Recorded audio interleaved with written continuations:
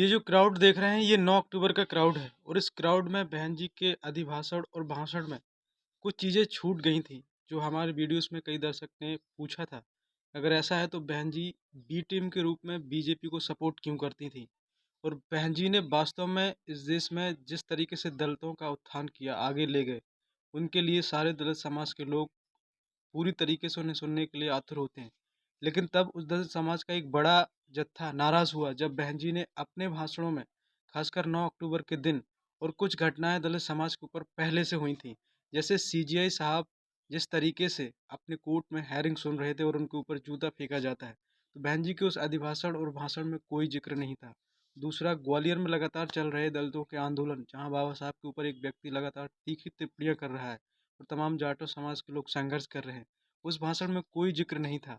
और दूसरा, जिस तरीके से उत्तर प्रदेश में समाजवादी पार्टी को उन्होंने टारगेट किया कि पिछली सभी पार्टियों ने जिस तरीके से अंबेडकर पार्क के रिनोवेशन पर खर्च किया गया पैसा अपने तरीके से खर्च किया, यहाँ तक कि दबा कर भी रखे, उन पार्टियों में से समाजवादी पार्टी एक थी।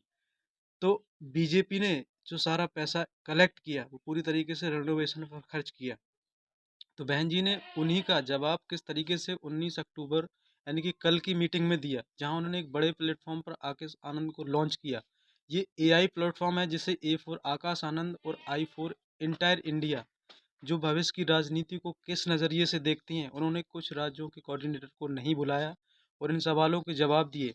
उन्होंने कहा कि किस तरीके से 2027 से पहले उन्हें मुख्यमंत्री के फिर उसी पद पर पहुंचना है और 2029 में प्रधानमंत्री बनना है। और जो बीएसपी का कोर वोटर, जिसमें से अखिलेश ने पीडीए का जो ड्रामा फैलाया है, उस ड्रामे में पिछड़ा दलित, आदिवासी और अल्पसंख्यक जो कांग्रेस और सपा के गठबंधन में आकर चला गया, उस कोर वोटर को वापस पाने के लिए उन्होंने समाजवादी पार्टी पर तीखी टिप्पणियां की और बीजेपी को साइडवेज कर दिया। और रही तमाम दलितों के अपमान, जिनमें से खासकर सीजीआई साहब, गवई साहब हैं, जिनके ऊपर जूता फेंका गया, तो हमारी पार्टी कार्यशैली और सत्ता में आने के बाद एक्शन में आएगी।